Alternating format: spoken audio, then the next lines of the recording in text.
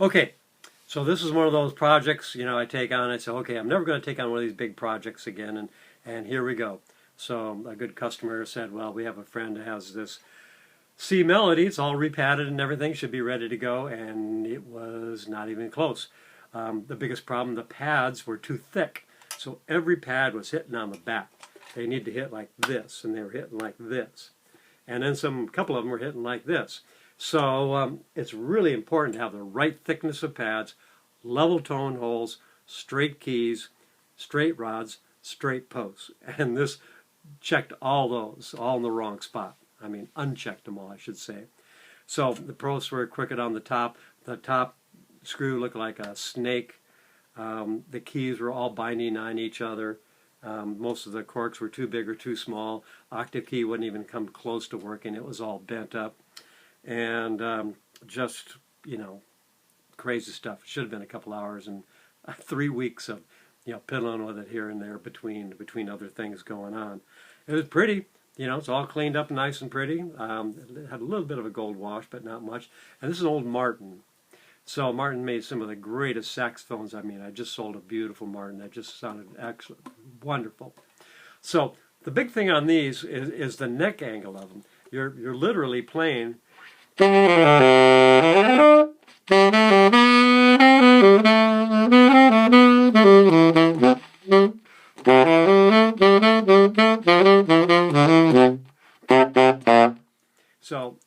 it's kind of an uncomfortable ergonomics on it. The second thing, this is a C Melody mouthpiece. I'm pretty sure it fits on. So it's a little bigger than an alto, a little smaller than a tenor. So I'm guessing it's a C Melody. But listen to the sound.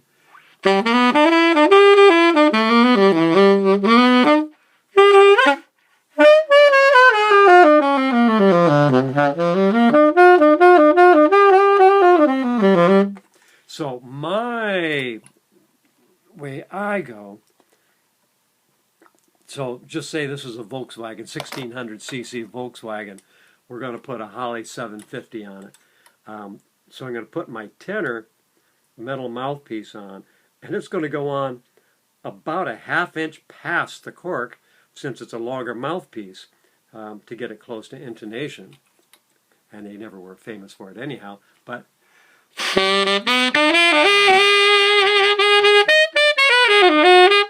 a little bit of a difference. So I have a good friend, and he plays the Conn straight neck. So the straight neck is a little more ergonomic, and he actually took like a $700 mouthpiece, cut an inch off, because on the Conn you have a micro tuner on there, and you only have about 1.25 inches of the cork. Luckily with this one, the cork is just pretty much infinite. You can go all the way till the neck curves. So, but what a difference.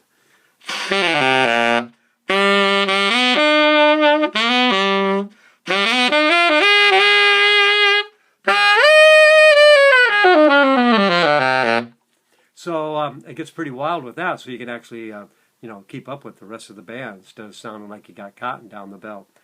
So I mean, hours and hours of pad seating and mechanism regulation, getting the mechanisms to work correctly, and everything, just crazy. So now the next thing is no case. So C Melody cases, you can still get them new, but they're like $250. So what I'll probably end up doing is taking a tenor case and pad it up, or a nice bag or something like that. So there's something to carry it around in, and I'm not sure what they want to do for a mouthpiece. But this dates to about 1930s. I haven't even looked it up. I haven't had the chance. But if it's got a button here, it's 20, and if it's the flat G-sharp key, it's the 30s. So pretty old, almost getting on the century mark.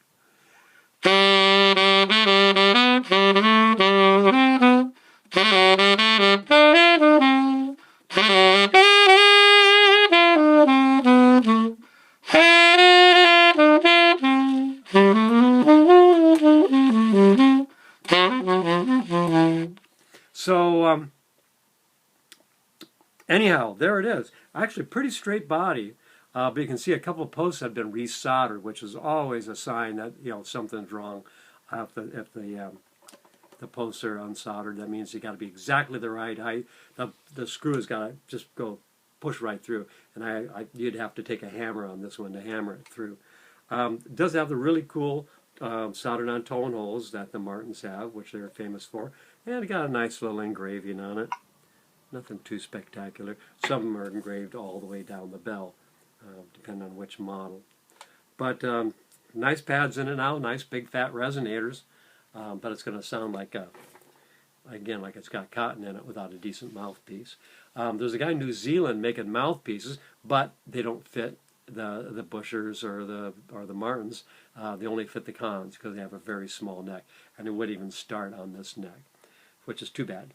But he sells cases. He's got a reissue of a C Melody sax, which I haven't heard great reviews on. But anyhow, so let's we'll do a little tune here, and of course this is not working right,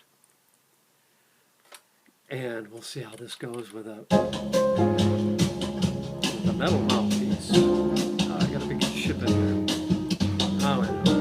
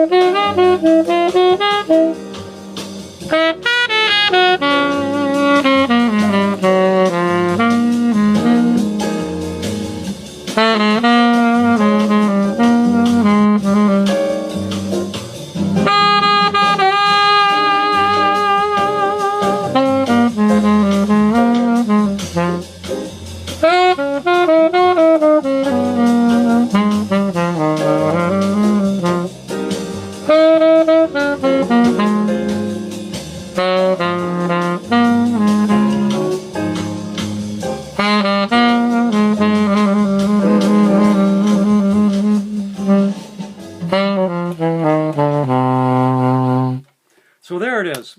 Let's turn that off.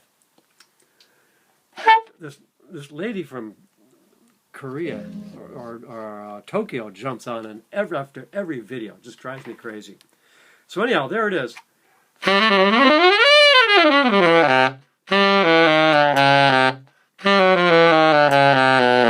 a lot of things like the G sharp, there's one spring to open it, one spring to shut it. And if one's too strong, it's not going to work. If one's too weak, it's not going to work. The octave mechanism is even worse. There's like 3 or 4 springs, and they all got to work exactly right. If one's too strong, the key won't come down, and if it's too light, it won't go up. Yada yada yada. So it's just a mess. That's the worst part of the saxophone. So anyhow, it looks good, and now it plays good, and you know, like a mile past my estimate. But anyhow, there it is.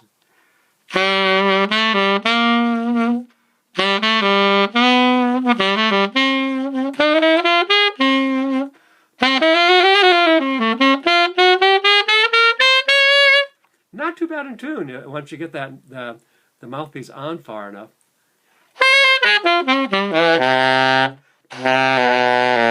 Might be more in tune than the stock mouthpiece, all we know.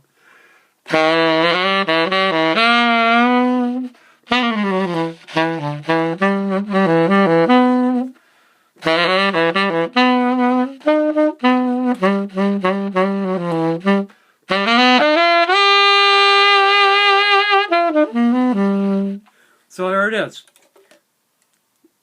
Martin C. Melody saxophone. If you care what the serial number is, if you want to look it up, it's 29075. 29075. So again, I'm guessing 30s without looking it up.